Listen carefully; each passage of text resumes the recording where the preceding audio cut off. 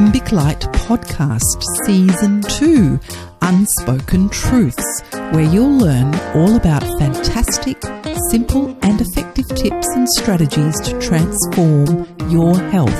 I'm Manisha Blunchley, your host, creator of Limbic Light Podcast, with more than 40 years experience helping people in the natural health field. And with us, we have co-host David Niven Miller, creator of growyouthful.com website, an extensive resource on natural remedies.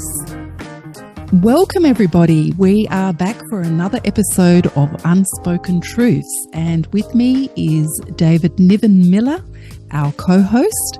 So welcome, David. How are you? Hi, Manisha. Thank you. So today's topic is blood thinners, and what a great topic to be speaking about. I think it's very pertinent for what's going on in this day and age. So David, maybe you can tell us a little bit about why we might want to be having natural blood thinners for us in this current time.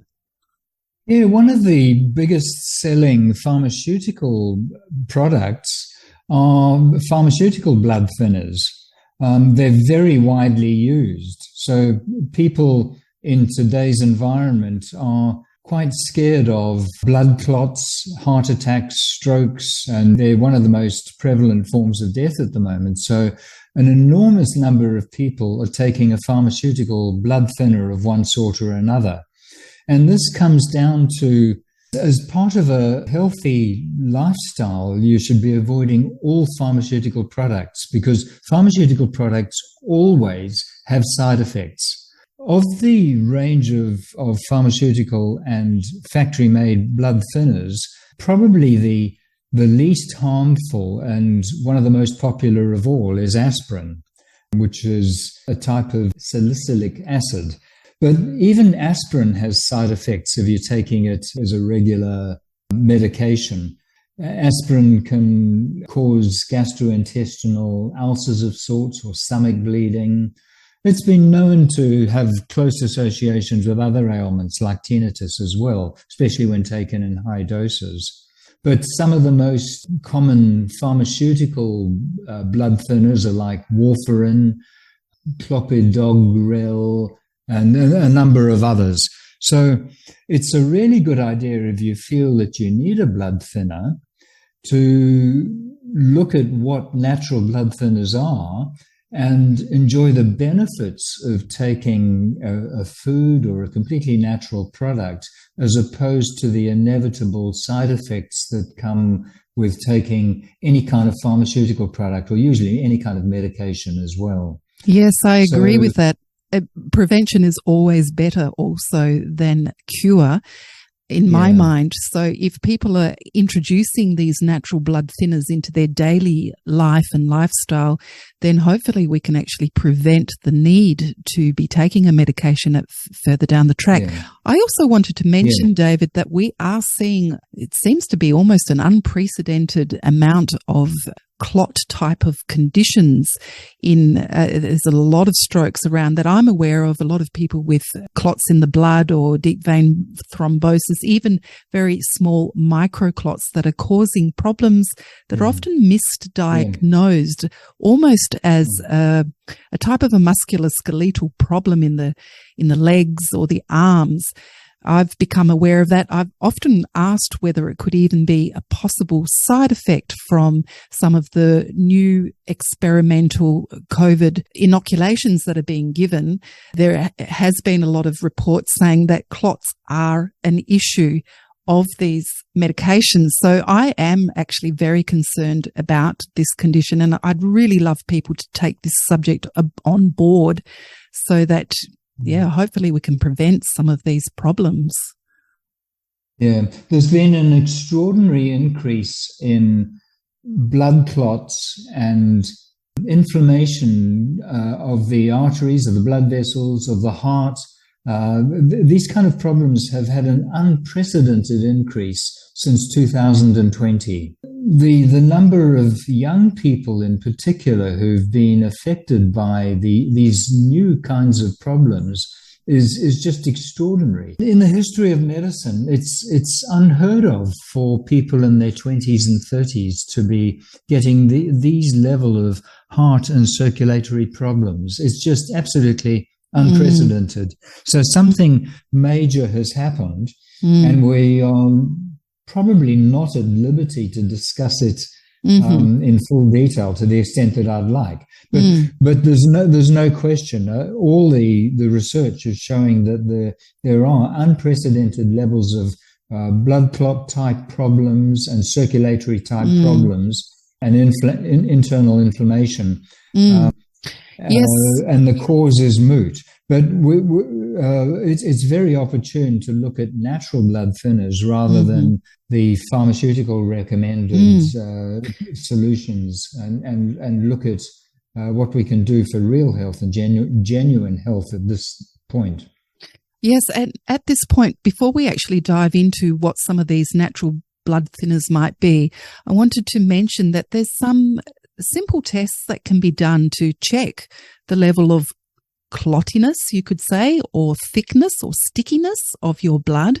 And I wanted to just mention some of those. One of the most simple ones is if you have a naturopath or know of somebody who does live blood analysis. Basically, that involves a microscope using dark field microscopy. All it requires is a tiny little pinprick of your blood put onto a little glass plate, and it's observed underneath the microscope.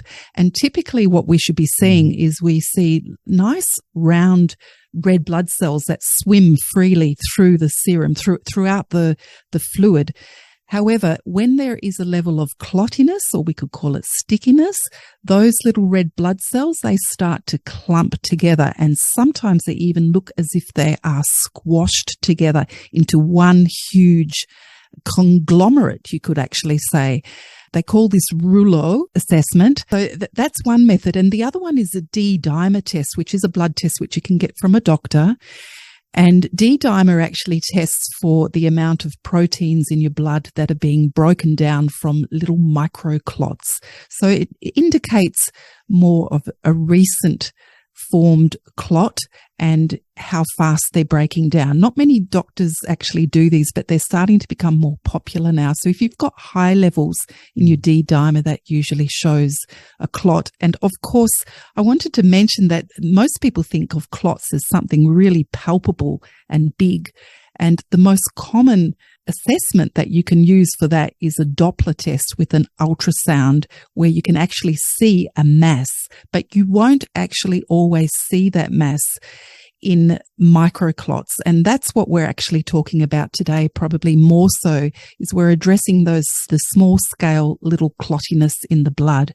So I just wanted to mention that. So David, I'd like to hand it back to you, and maybe you could launch into some of your most favorite blood thinners that you would recommend someone to use. Yeah, the primary blood thinner that I would use is cayenne pepper. It's an extraordinary product, and it's got some really interesting characteristics. So if I ever had an embolism or a blood clot that I was able to identify myself in an emergency situation, the first thing I would do is get a glass of warm water, and I'd get some cayenne pepper, which I always have in my kitchen cupboard. And I would dissolve a full teaspoon of cayenne pepper in a glass of warm water and chug it back. And yes, it is hot, and yes, it might be painful doing that, but within seconds, it's an amazing blood thinner.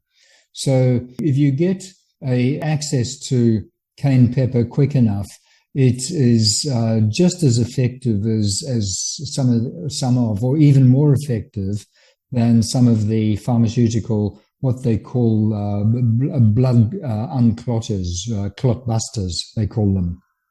So cayenne pepper is very useful there, not only in an emergency situation, but it's a fantastic product to take every day. If you take, say, a quarter teaspoon of cayenne pepper every day, you will have a better circulatory system. And I do exactly that. In my main meal each day, I put a quarter teaspoon of cayenne pepper just about every day. I like it. I like the heat that it adds, but it's a fantastic supplement to take.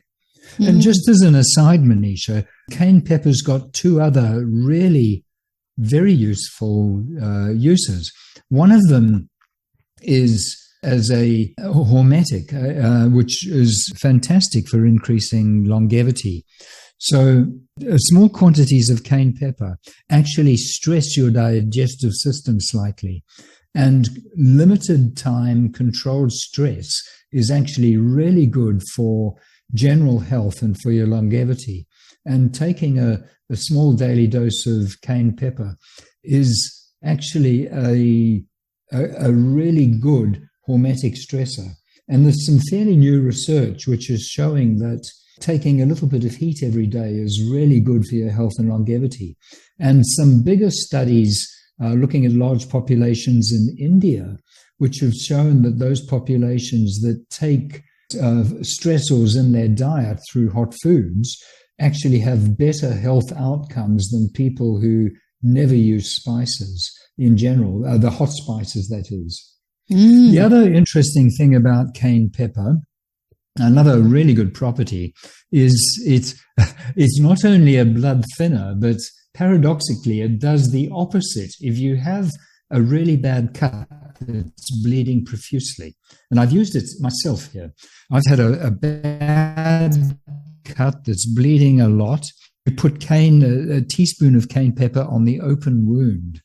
And it stings, yeah, but not for long. It stings a lot, but not for long. But it's a fantastic product to stop bleeding. It's just quite amazing that it, on the one hand, it enhances your blood flow and acts as a blood thinner, but in combination with an open wound, it actually stops bleeding. So it's quite an amazing product. That's fantastic. I really recommend having it in the kitchen cupboard.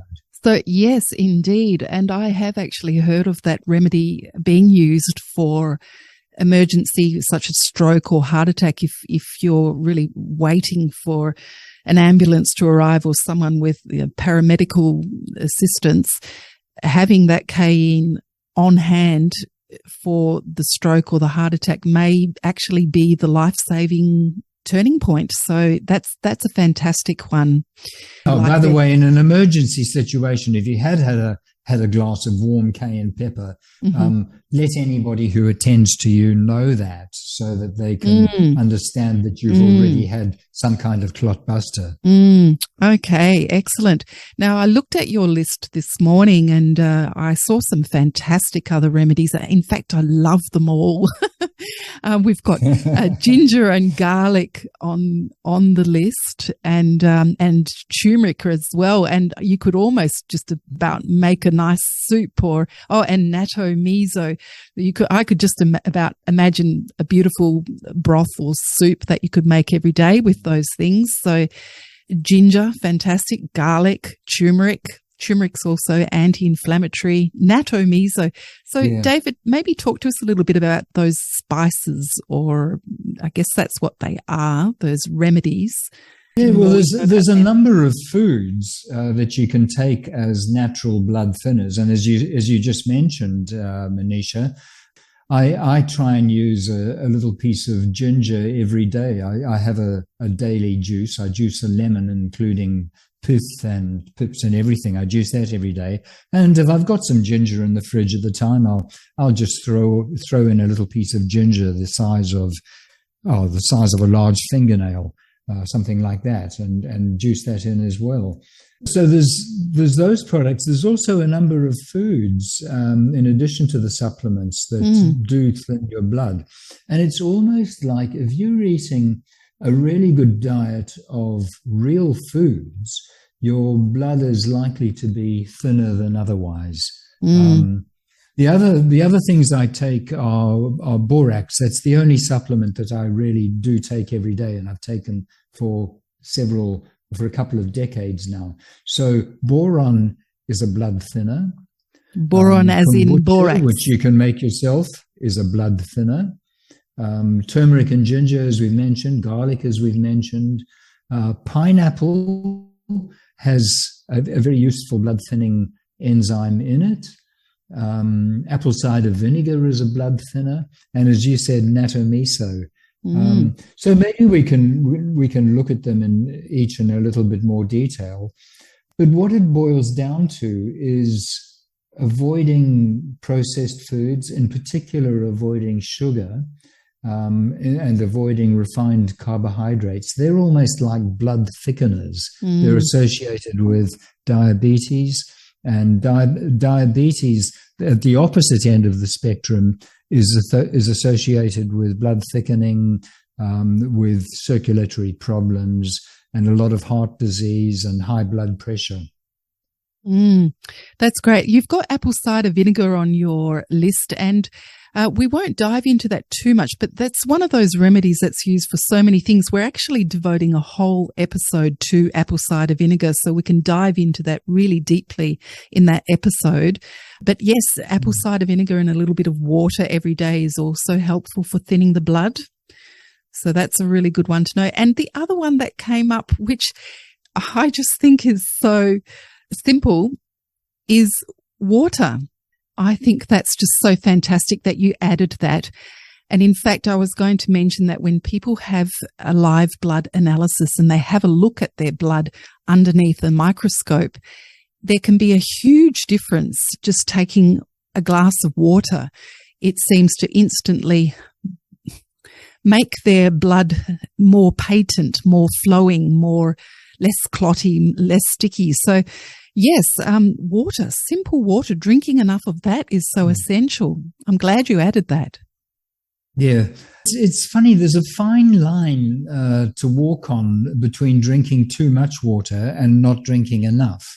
Many people drink too much water, particularly those who are health conscious. So I think of people that go to a gathering of some sort, and I'm sitting around looking at who's there, and many of the people in the gathering have a water bottle with them, and they're taking a sip every 5 or 10 minutes. Those people, perversely, may be drinking too much water.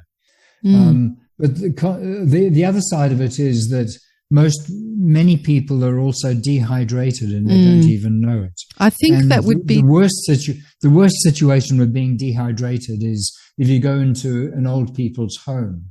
So many elderly who are sitting around, not very active, not sweating at all or very much at all, and they're just not being reminded to drink enough. They're far more likely to be dehydrated.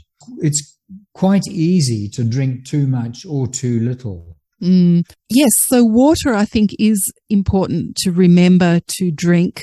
The most people that I know, not most people, but many people I know have hot cuppers, might have a hot chocolate or a hot coffee, or then some other beverage which is not that pure water, which I actually think the pure water is really essential to our blood to keep it nice and patent.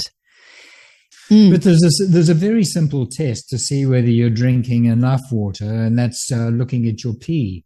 It should ideally be lightly colored and not have a strong smell. But if you look at your pee and it's the color of tea, or you can smell it, you may not be drinking enough. But on the other hand, if your pee looks just like water and it's got absolutely no smell at all, then you're probably drinking too much water. Yes, indeed.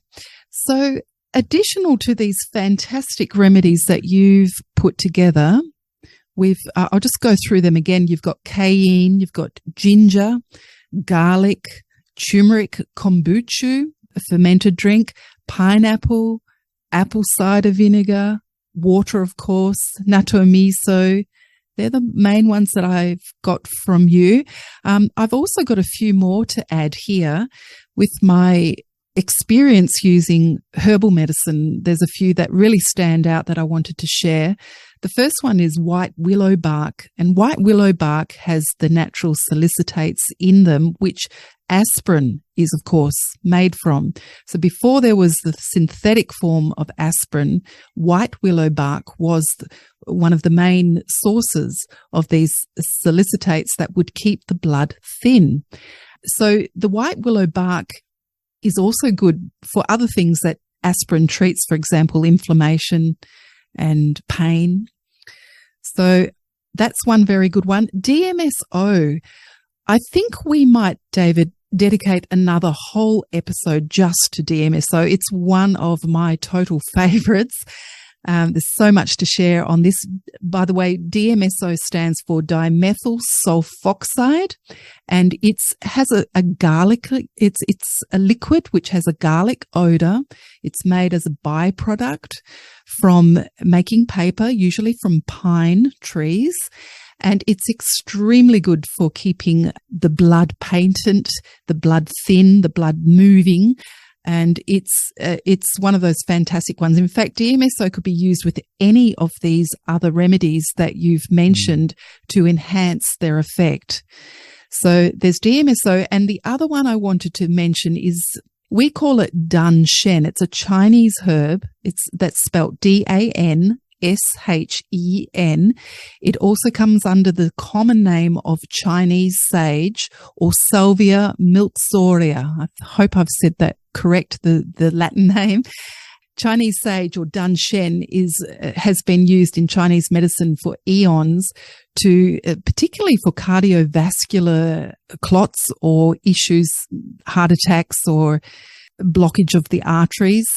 And it's one of the top ones if anyone does have any problems with heart issues, a higher risk of heart attack or strokes, then Dan Shen is one that I would be recommending people to have. And most herbalists are familiar with this herb now. It's become quite popular. So you can find that in a liquid extract, or you can also cook it up. It's the actual root of the plant. And sometimes there's even tablets available. So that's probably one of my top ones as well. And as well as that, I wanted to mention essential oils. Often people forget how potent essential oils are, and they can be used for all sorts of things. But I thought I would just quickly check my trusty resource book, which it's just fantastic, well researched, for seeing which essential oils might actually thin the blood. So I came up with a few here, and we've got clove oil. I love clove oil. So, yeah, that's something. Wintergreen. And interestingly, wintergreen also is fantastic for inflammation and pain. And nutmeg, lemon, and grapefruit essential oils. So fantastic things to know. So we've got quite a list for you here, and I'm really hoping that you, all our listeners, might take this information and run with it. And if you know somebody, or if it's yourself that you're a bit concerned might have clotty blood, to really take some of these remedies on a daily basis. And they're natural. As David said, they don't have the side effects that pharmaceutical blood thinners have. So, David, is there anything else you want to add before we sign off?